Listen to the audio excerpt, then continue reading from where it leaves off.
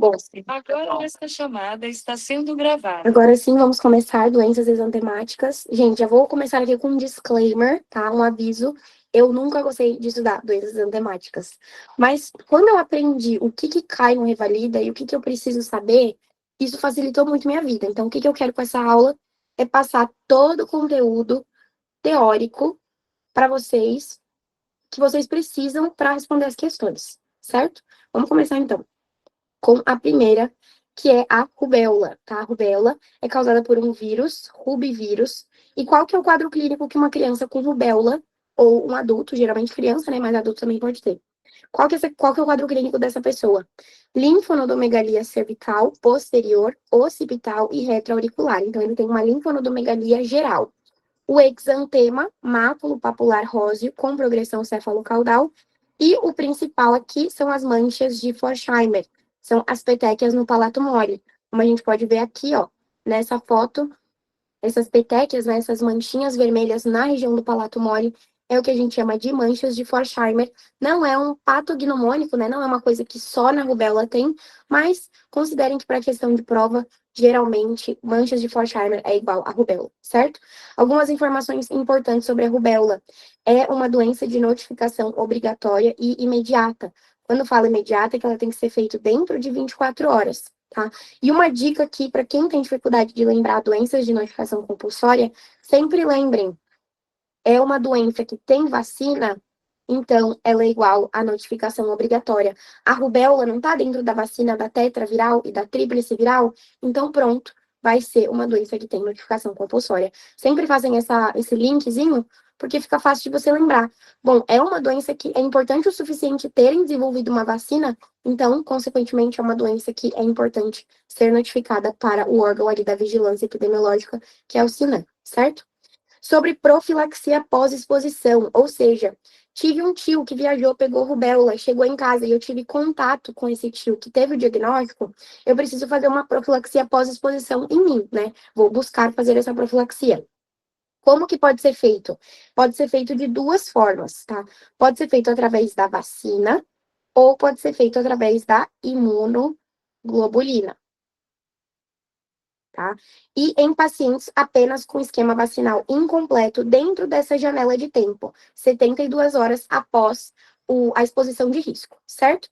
Tratamento não tem nenhuma medicação específica, apenas medicação sintomática. Então, tá com mal-estar geral, toma um anti-inflamatório, tá com febre, toma um antitérmico, certo?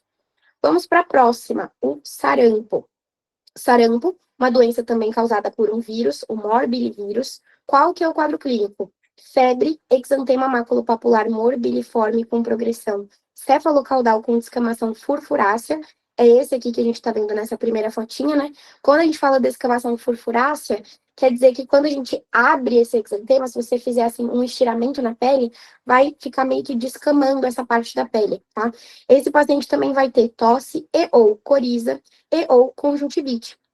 Ele também pode ter prostração acentuada, ou seja, ele está bem decaído, e as manchas de Koplik são patognomônicos do sarampo. O que são as manchas de Koplik? Essas lesões aqui, tá? São enantemas esbranquiçados com halo eritematoso na altura ali da região dos pré-molares, como a gente pode ver exatamente aqui nessa foto, tá? Um achado aqui da horoscopia, manchas de Koplik e sarampo.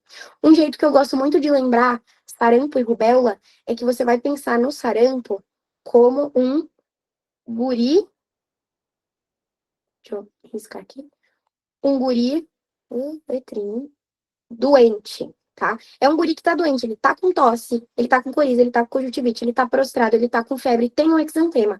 E eu gosto de lembrar da rubéola como sendo um sarampinho, tá? É muito parecido com o sarampo, porém a criança não tá tão doente assim, tá? Eu gosto de fazer essa diferenciação, ajuda muito. Quando você estiver ali lendo o enunciado, tá lá uma criança totalmente zoada, ele tá com tosse, tá com febre, tá prostrado, tem as manchas de Koplik, tem o exantema, esse guri tá doente, isso aqui é sarampo, certo? Informações importantes sobre o sarampo. Da mesma forma da rubéola, também é de notificação obrigatória imediata. Ele é uma doença de alta transmissibilidade através de aerosóis contaminados, né? Então, ali contato com aerosóis ou contato com objetos que têm contato com essa secreção contaminada. A complicação bacteriana mais comum é a otite média aguda e a com maior mortalidade é a pneumonia. Profilaxia pós-exposição. Então, tive um caso ali diagnosticado, entrei em contato, preciso fazer uma profilaxia pós-exposição. Pode ser feita de duas formas: vacina de bloqueio e a imunoglobulina. A vacina de bloqueio, a gente faz em até 72 horas dali do contato, né, da exposição de risco, e a imunoglobulina a gente faz em até 6 dias. Tem uma regrinha que eu gosto muito de lembrar dessa profilaxia pós-exposição, que é o parampo 36. O que isso significa? Parampo, vocês vão lembrar que você tem que parar a proliferação do sarampo nas pessoas, tá? Então, é para isso que serve a palavra parampo. E o 36? 3, para você lembrar de 3 dias, que é o tempo ali limite para aplicação da vacina de bloqueio, que 3 dias também é a mesma coisa que 72 horas, tá? Não esqueçam. E 6 dias para você lembrar do tempo da aplicação da imunoglobulina. Tá, Elisa, mas para quem que eu vou dar a imunoglobulina e para quem que eu vou dar a vacina? Gente, é só vocês se lembrarem, sarampo não é uma vacina ativa, certo? É um vírus vivo. Então, a gente não pode aplicar em pacientes que têm menos de 6 meses, em pacientes que são imunossuprimidos e em pacientes gestantes. Essas 3 pessoas, esses 3 grupos de pessoas, né, melhor dizendo, não vão poder receber a vacina. Então, eu não vou fazer nenhum tipo de profilaxia? Não, eu vou fazer imunoglobulina, certo? E o tratamento, medicação sintomática também, e aqui tem a especial, que é a vitamina A, para prevenção de cegueira por sarampo, tá? Tudo bem? Então, vocês estão vendo aí, geralmente a gente complica muito doenças exantemáticas, mas as informações que vocês precisam saber são essas que eu estou passando aqui na aula, e a gente vai confirmar isso quando a gente chegar ali na parte da aula de resolução de questão, tá? Vamos para a próxima, então, que é a varicela, nossa querida catapora. Levanta aí a mão quem já teve catapora. Eu tive catapora muito velha, tá? Eu tive catapora com quase 14 anos de idade, se eu não me engano. O Joás pediu, repete o 6, porfa. Repito sim. Então, o parampo 36. 3 dias é o limite do tempo entre a exposição de risco e a aplicação da vacina, tá? 3 dias é a mesma coisa que 72 horas. E o 6 são 6 dias entre a exposição de risco e o paciente que vai tomar a imunoglobulina como forma de profilaxia pós-exposição. Quem que vai tomar a imunoglobulina? Quem tiver menos de 6 meses, quem for imunossuprimido e quem for gestante, que é ali o grupo de pessoas que não podem tomar a vacina de bloqueio, tá? Bom, antes de eu ir para a varicela, então, deixa eu só tirar as dúvidas das pessoas que levantaram as mãozinhas.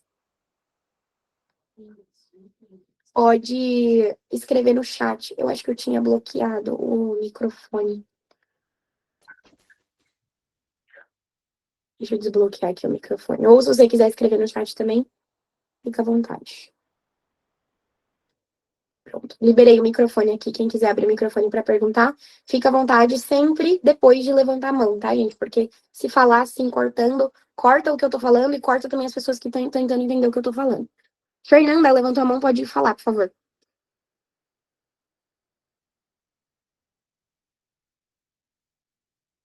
Demorou demais. Laísa, pode tirar então sua dúvida. Também levantou a mão. Acho que é o pessoal que levantou a mão que você pediu, quem já teve varicela. Ah, pode ser. Verdade, verdade. Ai, gente, desculpa aí. Só levantei a mão por causa da varicela. Gente, desculpa, tinha esquecido que eu tinha perguntado isso. Então, vamos lá de varicela, então. Varicela, a famosa catapora, né?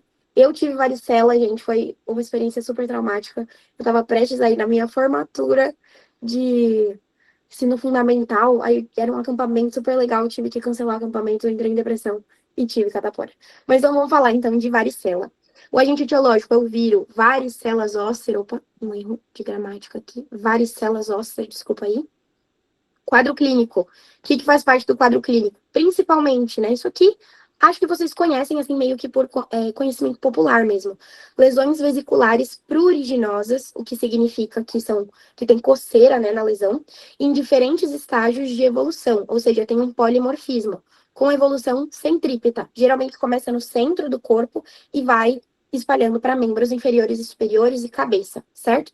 Aqui tem uma fotinho do tipo do exantema da varicela, então a gente tem lesões em úlcera, lesões em crosta, lesões em pústula, tem diferentes tipos de estágio, certo? Algumas informaçõezinhas bem importantes. Também é de notificação obrigatória, só que tem um asterisco, não é todo caso de varicela que é de notificação obrigatória, apenas casos graves, e aí casos graves considerem casos que precisem de internação hospitalar, ou paciente que veio a óbito por varicela. Então, apenas nessas duas situações a gente faz notificação obrigatória. É uma doença de alta transmissibilidade. Como que é transmitido? Através de aerosóis contaminados, tá? Então, secreções. Não é transmitido contato direto com a lesão. Quando eu peguei catapora, minha mãe falou, abraça logo sua irmã para ela pegar. Não é transmitido dessa forma, contato direto com a lesão. Lógico, né? Ela fica ali do meu lado, eu acabo espirrando ou tendo ali contato com algum tipo de objeto que tem essa secreção contaminada, mas o contato direto não transmite, certo? Quando que esse paciente para de transmitir a varicela? Quando todas as lesões atingirem o estágio de crosta. Uma vez atingido o estágio de crosta, não transmite mais. Qual que é a complicação mais comum da varicela? A infecção secundária da lesão. Só vocês pensarem, né? É uma lesão pruriginosa. Então, a criança, né? Geralmente quem tem é criança, vai ficar coçando. O que tem na unha? Sujeira. Contaminou ali aquela pele que já está exposta, já tem rompimento ali da barreira cutânea. O que acontece? Infecção bacteriana secundária. E essa é a complicação mais comum. Também tem profilaxia pós-exposição. É feita com a vacina de bloqueio até 5. Eu escrevi errado aqui, gente. Até 5 dias, tá? Ou a imunoglobulina em até 96 dias pós a exposição. Uma característica especial aqui da vacina de bloqueio é que a gente só pode dar para pacientes com mais de 9 meses e que sejam imunocompetentes, tá? Por quê? Porque é uma vacina viva também, então a gente não aplica imunossuprimidos, certo? E o tratamento? Também medicação sintomática e aciclovir em alguns casos. Que casos são esses? Todo paciente que tem mais de 12 anos merece aciclovir no tratamento. Por quê? Quanto mais velho a pessoa que tiver varicela, mais grave vai ser. Então, todo paciente com mais de 12 anos vai ser merecedor de aciclovir. E menor de 12 anos. Tem alguma população que recebe aciclovir também? Sim, pacientes que têm ali doenças crônicas, neurológicas, tem pneumopatia crônica, tem doenças dermatológicas crônicas, em uso crônico de corticoide, em dose imunossupressora, também são pacientes que merecem aciclovir, certo? Mesmo tendo menos de 12 anos. Esse detalhe do aciclovir é o tipo de coisa que eu nunca vi cair na prova do Revalida. Mas eu acho importante de vocês saberem, pelo menos, que todo paciente com mais de 12 anos vai receber aciclovir, tá? E importante também frisar a não utilização de AS pelo risco de síndrome de Rey. O que é síndrome de Rey? É basicamente uma intoxicação hepática que pode evoluir para intoxicação neurológica de pacientes que utilizam AS num processo agudo de infecção viral. Então, por isso é importante contraindicar o uso do AS nessa situação, certo? Vamos para a próxima, que é o eritema infeccioso. Esse é meu favorito, aqui tem um bebezinho muito bonitinho no slide. Eu quero que vocês lembrem exatamente desse bebê quando vocês lembrarem do eritema infeccioso, tá? É uma doença viral também, é uma infecção, uma doença exantemática viral causada pelo parvovírus B19. Qual que é o quadro clínico? A gente vai ter o eritema malar, essa face esbofeteada. Então, olha aqui essa foto. Esse bebê com essas bochechas bem eritematosas. E aí coloquei uma havaiana para vocês lembrarem daquelas meninas que passam muito blush, levam uma chinelada na cara e ficam com essa face esbofeteada, característica do eritema infeccioso, certo? E também tem o exantema, né? Estamos falando de doenças exantemáticas, então todas essas doenças têm exantema. Aqui o exantema ele é rendilhado, então fica aparecendo. Só um minutinho, gente.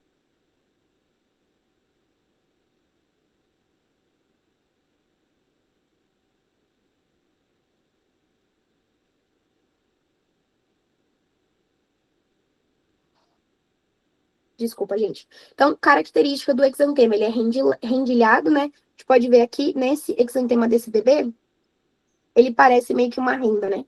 Vamos fingir que sim. Vamos fingir que parece uma renda isso daqui. Então, por isso que fala exantema rendilhado. E outra característica desse exantema é que ele pode recidivar durante ali o sol, ambientes muito quentes, estresse, ou durante a prática de atividade física, tá? Então, mesmo após ali 1, 2, 3 semanas, até 4 semanas da infecção viral aguda, esse exantema pode vir a aparecer novamente, tá? E isso daqui é muito chave, né? Lá no enunciado vai estar paciente em bom estado geral. Eu coloquei até aqui ótimo, para vocês exatamente lembrarem desse bebê. É um bebê que tá doente, olha o nome da doença, eritema infeccioso, né? Só que ele tá de boaças, ele tá assim com o bracinho bem tranquilão, então tá em ótimo estado geral. O principal aqui é a face esbofeteada e o eritema rendilhado, certo? E a principal complicação é a crise aplásica transitória. Por quê? Porque o parvovírus, né, o agente etiológico do eritema infeccioso, ele tem um tropismo por células da medula. Quando a gente fala tropismo, eu quero dizer que ele gosta mais de células produtoras de eritrocitos. Então, ele ataca as células produtoras de eritrocitos lá da medula, gerando essa crise aplásica transitória. E isso daqui é muito mais importante, né? Essa complicação é muito mais comum em pacientes, por exemplo, que já têm o diagnóstico prévio de doença falciforme, por exemplo, onde já tem uma hemoglobina basal muito baixa. Então, uma infecção por parvovírus que ataca a medula pode gerar um quadro muito grave de uma anemia muito grave, precisando até de transfusão sanguínea, certo? Tratamento, medicação sintomática. Não tem também nenhuma medicação específica, não. Vamos agora para a mononucleose infecciosa, também uma doença viral. Então, percebam que até agora todas que a gente citou são virais. Quero que vocês lembrem dessa população em especial, que é a população adolescente, tá? São os mais acometidos. Mas o que eu gosto sempre de deixar claro, gente, é não se apeguem numa única informação. Quando você está lendo um enunciado, você vai somando todas as características ali que o enunciado te deu para chegar na alternativa correta, tá? Então, quando eu falo mononucleose, lembrem de adolescente. Se o paciente tiver todo o quadro clínico de mononucleose, só que ele tem 9 anos, não descarta a mononucleose só pela idade, tá? O que eu tô falando é que principalmente afeta a população adolescente, tá? Qual que é o quadro clínico? O paciente vai estar com febre, faringoamidalite, né? Então tem aquela faringite, aquela inflamação de garganta, linfonodomegalia, fadiga, pode ter hepatoesplenomegalia, e o sinal de Hogland, que é esse sinal que tá aqui a foto, tá? Esse sinal de Hogland, ele é um edema periorbitário bilateral característico de mononucleose infecciosa. Não é patognomônico, mas pode estar presente, tá? Algumas informaçõezinhas importantes. No hemograma, o paciente pode ter linfocitos atípicos presentes, né? É muito comum ali numa infecção viral ter linfocitos atípicos presentes. E isso daqui quase sempre está presente no enunciado, que tem como resposta a mononucleose infecciosa o diagnóstico. Quando o paciente usa amoxicilina ou ampicilina, que são medicações beta-lactâmicos, esse exantema, ele piora, tá? Por quê? Vamos supor, o paciente vai ali num primeiro momento apenas com o quadro de febre e faringoamidalite. O médico, ele pode suspeitar, por exemplo, de uma faringoamidalite bacteriana, vamos supor. E aí ele prescreveu amoxicilina para tratar. E 2 dias depois o paciente volta com um exantema maculopapular. Isso é mononucleose infecciosa. Por quê? O uso, especialmente de beta-lactâmicos, aumenta essa vasculite imunomediada, né, inflamação de vasos, o que gera o exantema, certo? E a complicação mais comum é a ruptura esplênica. Tratamento é medicação sintomática, não tem nada muito específico aqui de medicação, e também tem aquela contraindicação do AS pelo mesmo risco ali de desenvolver síndrome de Rey, certo? Vamos tirar algumas dúvidas, tem uma galera com a mão levantada. Pode falar, Fernanda.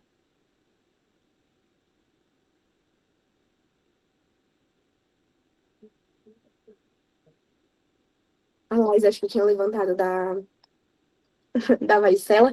Ivana, tem alguma dúvida? Tem um pessoal que tá querendo entrar, só que tá dando que tá cheia a reunião, não tá conseguindo. Eita. Eu não sei o que fazer agora. O que faz quando tá cheia? E eu tenho um limite pago, né? Não era pra ter limite de pessoas. Você tem que se preparar quando você tá famosa pra receber tudo. Sacanagem, gente. Sacanagem. Gente, mas é muito estranho, porque eu tenho um limite pago, né?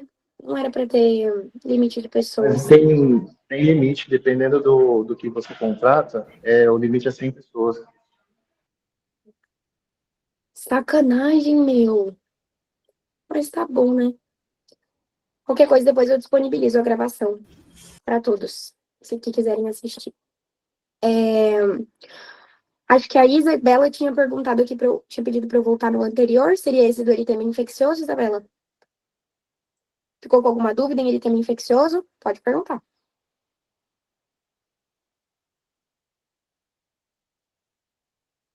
Gente, o material, os slides, a gente já enviou lá no grupo aberto da comunidade. Então, caso vocês queiram anotar alguma coisa, vocês fiquem à vontade, baixa aquele material lá.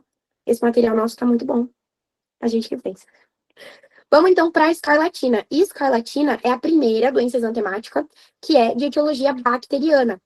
Qual bactéria? Streptococcus pyogenes. Ele é uma bactéria diplococo gram-positivo.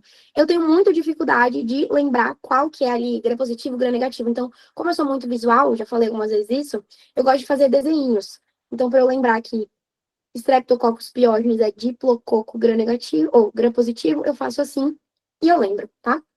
Qual que é o quadro clínico? O paciente vai ter febre, faringoamidalite bacteriana. O que é a característica da faringoamidalite bacteriana? É essa aqui dessa foto. São essas placas de pus na amígdala. Faringoamidalite viral só tem a hiperemia amidaliana, não tem placas de pus, tá? O exantema em aspecto de lixa, então quando você passa a mão nesse exantema aparece uma lixa. Sinal de Filatov, que é esse daqui que a gente vê nessa foto. O que é o sinal de Filatov? É essa... Meu Deus, esqueci a palavra. Esse esbranquiçamento perioral. Meu Deus, me fugiu totalmente a palavra. Esbranquiçamento não é a palavra. Daqui a pouco eu lembro. Esse esbranquiçamento. Palidez. Palidez. Obrigada, nossa, fugiu totalmente. Essa palidez perioral aqui na região, de toda a região em volta da boca, certo? Tem também o sinal de pastia. O que é o sinal de pastia? É esse daqui, dessa foto. Essa piora do exantema em região de dobras. Tanto aqui, dobras do braço, dobras atrás aqui do joelho, tá? E tem a língua de morango também, como a gente pode ver nessa outra fotinho aqui, tá? Complicações, é muito importante. As complicações de escarlatina cai bastante no INEP, então asterisco aqui. São divididas em dois grupos. As complicações suporativas, que ocorrem ali como consequência da proliferação bacteriana, no caso de otite média aguda no conduto auditivo médio, no caso de mastoidite na mastoide, sinusite no sinus da face, abscesso faríngeo e meningite. E também tem as complicações que não são suporativas. Quais são elas? Febre reumática e aglomerulonefrite pós-estreptocócica, tá? O Joás pediu para repetir o sinal de pastia. Ah, tá. O sinal de pastia é esse daqui dessa foto, ó. Vou pegar de branco. Esse daqui é a piora do exantema em região de dobras, tá? Dobras do braço, dobras atrás da perna, axila, então toda a região de dobra piora aquele exantema que tem um aspecto de lixa, tá? O tratamento, como é uma infecção bacteriana, o tratamento é igual a antibiótico. Antibiótico aqui de escolha é a penicilina benzatina, tá? Geralmente em dose única. Qual que é a via?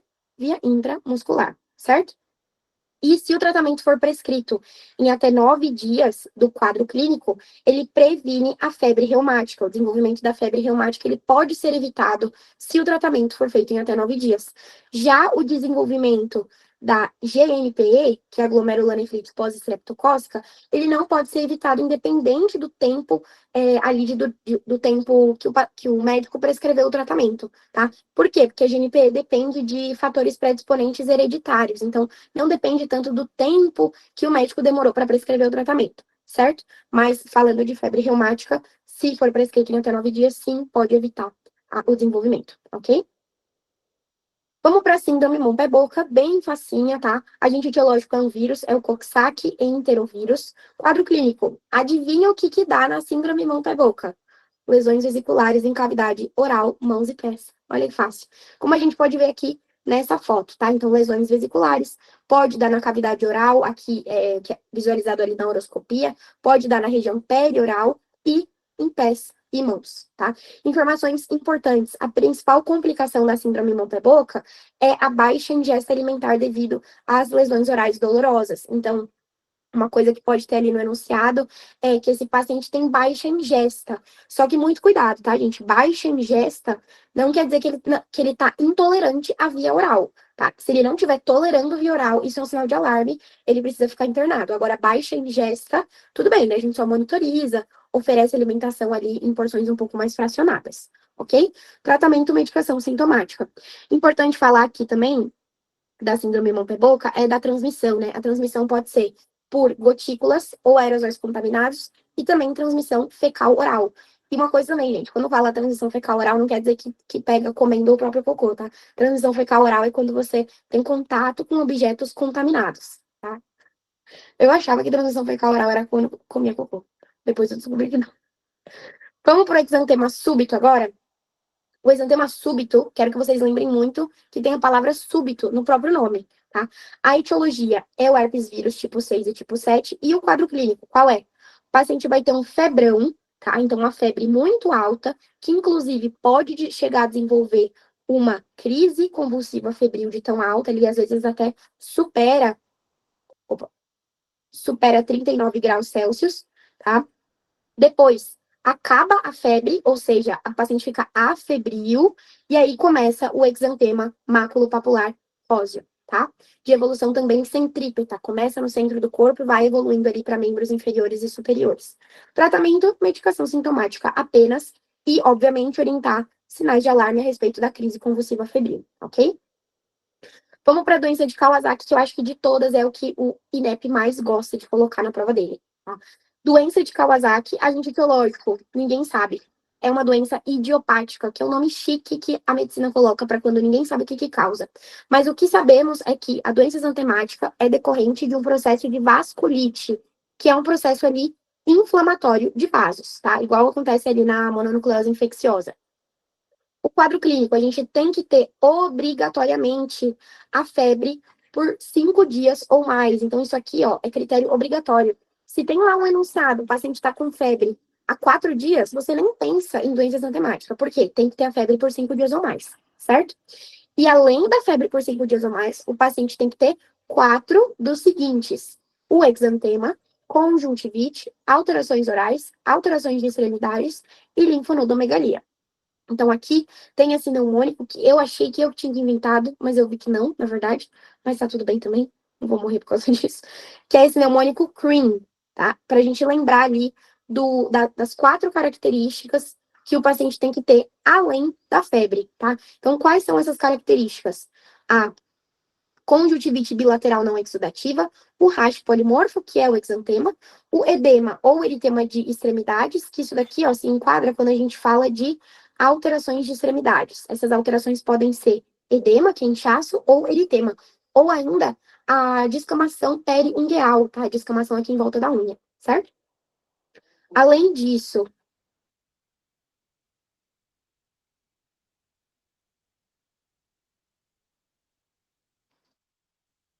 desculpa, gente. Além disso, o paciente tem adenopatia cervical unilateral, que se enquadra aqui no quadro clínico na própria linfonodomegalia, e a mucosite, que é a inflamação aqui da região da mucosa. A mucosite, geralmente no enunciado, ele traz ali como aquela língua em framboesa, língua em morango, qualquer uma daquelas frutas vermelhas, tá? Então, isso aqui representa a mucosite.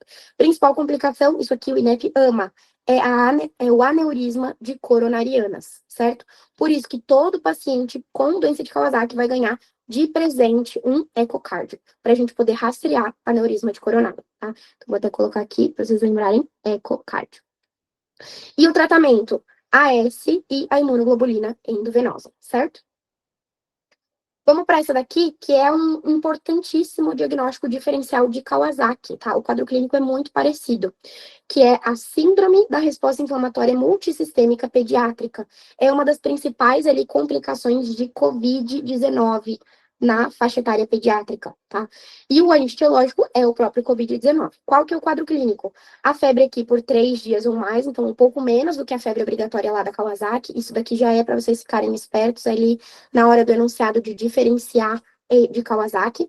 E mais 2 dos seguintes: exantema, conjuntivite, alterações orais e de extremidades, hipotensão e choque, coagulopatia, sintomas gastrointestinais, e tem que ter obrigatoriamente elevação de provas inflamatórias, como, por exemplo, PCR ou VHS, ausência de infecção bacteriana, então já tem sido descartado um diagnóstico de infecção bacteriana, e a evidência de COVID-19, certo? Então tem que ter tudo isso. Um jeito muito fácil de vocês diferenciarem de Kawasaki em questão de prova é pensar que tem que ter a evidência de COVID, tá? Porque é o próprio agente etiológico, né? É uma complicação ali da infecção de COVID agudo. Sintomas gastrointestinais não são presentes em Kawasaki e são presentes aqui na SIMP, tá? E também os pacientes evoluem com muito mais facilidade para quadros muito graves, como hipotensão e choque na SIMP. Isso não é comum na doença de Kawasaki, tá? Tratamento, ainda não tem consenso com o uso de AS, imunoglobulina ou corticoterapia. Geralmente é somente tratamento de suporte. O paciente, na grande maioria das vezes, vai ficar internado, tá? Coloquei essa vasculite por IgA, não é exatamente uma doença do bloco de doenças exantemáticas, porque ela não gera um exantema, e sim uma púrpura. Só que eu quis colocar aqui porque também gosta de cair bastante tentando confundir com doença de Kawasaki. Então, coloquei aqui também nesse bloco, tá? A vasculite por IgA é uma vasculite, né? Mesma coisa que acontece lá na doença de Kawasaki, inflamação de vasos. Só que aqui não é de etiologia idiopática, igual lá na Kawasaki. É uma etiologia imunomediada pela imunoglobulina A, certo? Tem um outro nome que está um pouco em desuso, mas ainda assim cai às vezes em prova, que é a púrpura de Renox-Schlein, tá? Qual que é o quadro clínico? O paciente vai ter essa púrpura com lesão elevada, indolor, não pruriginosa, com coloração vermelho arroxeada, que não some a digitopressão. Uma dica, tá, gente? Quando a gente faz digitopressão, a gente aperta uma púrpura e ela não some, isso quer dizer que é uma púrpura causada por imunomediadores, certo? Quando a gente aperta e some, quer dizer que é causado por uma infecção, por exemplo, o que acontece lá na doença meningocócica, tá? A gente também vai ter aula de meningite na mentoria, mas só quis trazer mesmo para falar. E essas púrpuras geralmente têm progressão gravitacional, então começa aqui em região de membros inferiores e pode progredir até as nádegas. Além da púrpura, que é a característica obrigatória da púrpura de Renox-Schlein, o paciente também vai ter a artrite ou artralgia e a dor abdominal. Dor abdominal também quase sempre está presente no enunciado. Também o paciente pode desenvolver glomerulonefrite, tá? Então, uma forma ali de afetação renal da vasculite por IgA. Como que isso daqui, a glomerulonefrite, pode se manifestar? Com hematúria e também pode dar certo grau de proteinúria. A Karen pediu, repete sobre a púrpura, por favor.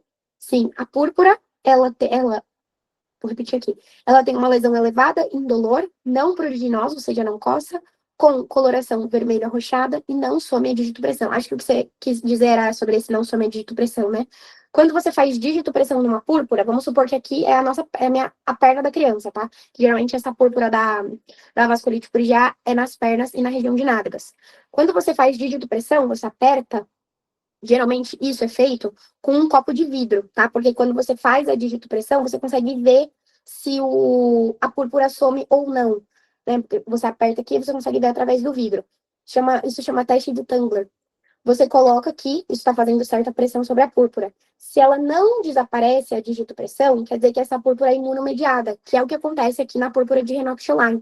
Agora, quando você faz digitopressão e essa púrpura some, quer dizer que é uma púrpura gerada por processo infeccioso, como, por exemplo, o que acontece na doença meningocócica, né? A infecção ali de Neisseria meningitidis em todo o corpo, em todo o sangue, certo?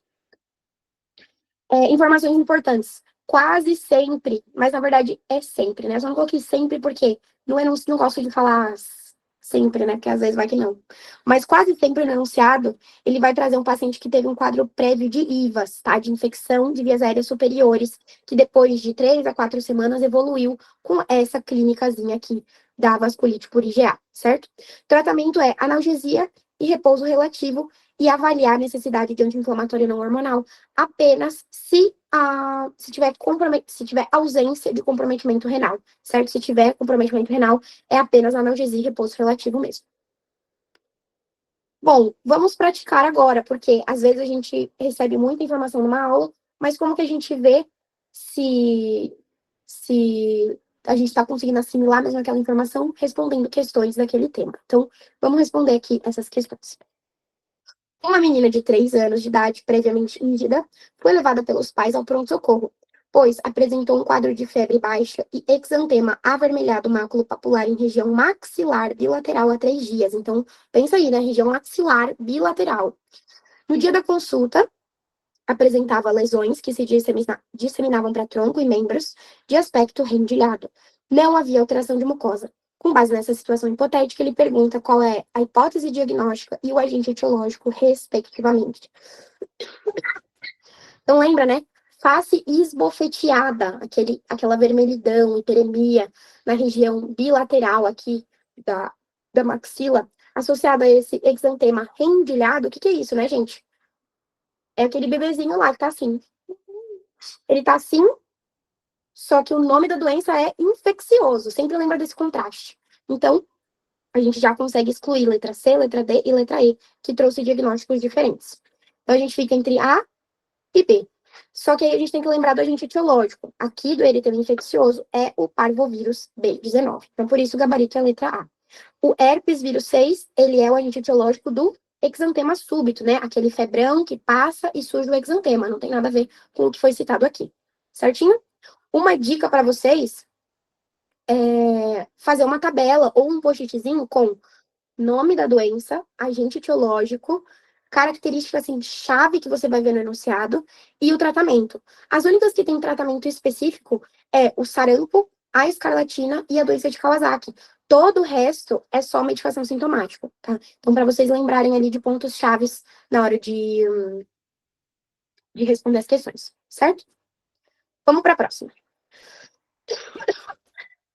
Menino de 10 meses é atendido numa UBS com história de febre alta, iniciada há 4 dias, até 39 graus, com 3 picos por dia. Inicialmente sem outros sintomas associados. Evoluindo com exantema maculopapular em região cervical e tronco.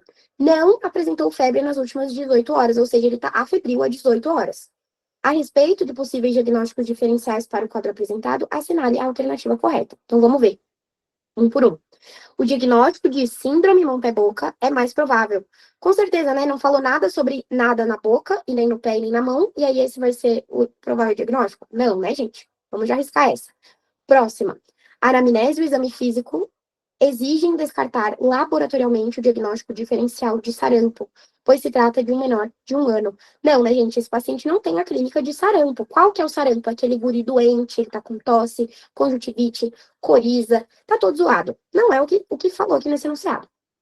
Próximo. A anamnese e o exame físico são suficientes para o diagnóstico de exantema súbito, não havendo indicação de exames complementares. Perfeito, né, gente? Febrão que passou e gerou exantema é igual a exantema súbito. Eu gosto sempre de lembrar através do nome, porque aí fica fácil. Exantema súbito é aquela febre que subitamente passa e surge o exantema. Exatamente como foi descrito aqui no enunciado. Vamos para a próxima. D. A presença de febre alta torna o quadro bacteriano mais provável, o que, associado à presença de exantema... Opa, eu abri o microfone aí sem querer. Deixa eu fechar aqui o microfone de novo.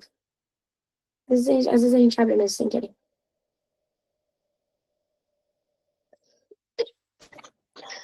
Vou ler de novo. A presença de febre alta torna o quadro bacteriano mais provável, o que, associado à presença de exantema, sugere o diagnóstico de escarlatina? Não, né, gente? Primeiro, febre alta geralmente sugere mesmo um quadro bacteriano, tá? É muito mais comum, por exemplo, faringoamidalite bacteriana dar febre mais alta do que a faringoamidalite viral. Só que para a gente pensar em escarlatina, ele tinha que ter dado outras informações, né? Faringoamidalite com placas de pus, alguma coisa que fizesse a gente pensar nesse sentido. Sinal de pastia, sinal de filatório, que não foi o que aconteceu aqui. Então, gabarito, letra C. Vamos para a próxima. Um menino de 12 meses é levado por sua mãe à unidade de pronto atendimento com quadro de febre alta há 6 dias, a qual está associado a irritabilidade, exantema difuso maculopapular e eritematoso. Sua mãe nega que haja outros sintomas ou sinais. Sinais ou sintomas, ali ao contrário. O exame físico evidenciou edemas endurecidos em mãos e pés, então aquela alteração de extremidades, conjuntivite bilateral não exudativa, adenomegalia cervical, hiperemia de orofaringe, hipertrofia de papilas linguais, ou seja, língua em framboesa. A partir dessa informação, é correto afirmar que o achado associado à principal hipótese diagnóstica desse caso é, então, qual que é, gente? Só da gente ter visto aqui febre há 5 dias ou mais, a gente já tem que acender a lanterninha da doença de Kawasaki. Mas tipo assim, não vou pensar logo de cara que é Kawasaki, né? Vai ficar ali na minha hipótese.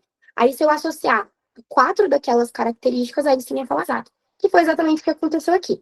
E o principal achado associado a esse diagnóstico é o aneurisma de artérias coronarianas, que é a principal complicação de doença de Kawasaki, certo? Vamos para a próxima. Às vezes eu me empolgo na colocação de questões. So sorry. Menina de 9 meses foi levada ao PS com história de febre alta, inapetência e irritabilidade, sem outras queixas. Ela estava em bom estado geral, exame físico normal, hemograma sem alterações. Foi orientado o uso de antitérmico e retorno caso houvesse sinais de alarme. retorna após 4 dias devido ao aparecimento de lesões avermelhadas pelo corpo, apesar de ter ficado afebril nas últimas 24 horas. O exame físico atual, revela um exantema máculo-papular róseo em tronco, pescoço e braços, sem outras alterações. A principal hipótese diagnóstica é, então, de novo, ele descreveu a mesma questão que a gente já respondeu, né? Febrão que passa e surge exantema. O que é isso? Exantema súbito. Certo? O Manuel tinha colocado C, rubéola. Lembra, né? Rubéola é aquele sarampinho. O paciente vai ter ali aquele exantema, vai ter manchas de Forchheimer, outras alterações. Não esse febrão que passa e gera o exantema. E vamos para a última. Eu sei que é a última porque tem essas duas menininhas aqui embaixo, bem bonitinhas. Sou eu e a Isa. Vamos lá. Temos um menino de 4 anos de idade, previamente ígido e com acompanhamento pediátrico regular. Chega ao pronto atendimento com queixa de febre, temperatura axilar superior a 38,5 em todos os picos. Há 6 dias, acompanhado de conjuntivite bilateral não exudativa, nega uso prévio de medicações nesses últimos dias, exceto antitérmico habitual para controle da febre. Nega viagens recentes ou contato com indivíduos sabidamente doentes. Ao exame físico, ele tem hiperemia de orofaringe sem exudato ou ulcerações, presença de ressecamento, fissura e hiperemia em lábios, então mucosite, lembra? Alterações da mucosa oral. Proeminência das papilas linguais, gânglio cervical anterior à direita com cerca de 1,5 de diâmetro não doloroso, então linfonodomegalia. Edema endurecido em dorso de mãos e pés, com eritema palmar e plantar difuso, então alterações de extremidades. Presença de exantema polimórfico mais intenso em tronco e períneo, sem outras alterações. Que bom que não tem mais nada, né? Porque falou quase tudo aqui. Assinale a alternativa que contém o diagnóstico mais provável e, para o caso apresentado, e uma complicação associada. Então, gente, isso aqui é fácil. Doença de Kawasaki, complicação mais provável, aneurisma coronariano. Então, perceberam, gente, que o INEP, ele é muito folgado, ele quase sempre coloca as mesmas informações no quadro clínico. E foram com essas informações que eu elaborei esse material. Por quê? É o que é importante para o INEP. O que é importante para o INEP? Porque ele colocou no enunciado, ele quer que você chegue a esse diagnóstico através dessas informações. Então, são essas informações que vocês precisam saber, certo? Com isso, terminamos nossa aulinha de doenças exantemáticas. Vou parar aqui a gravação para a gente poder iniciar o segundo tema do dia, que são amenorreias. Gente, olha só, essa aula durou exatamente 45 minutos. E você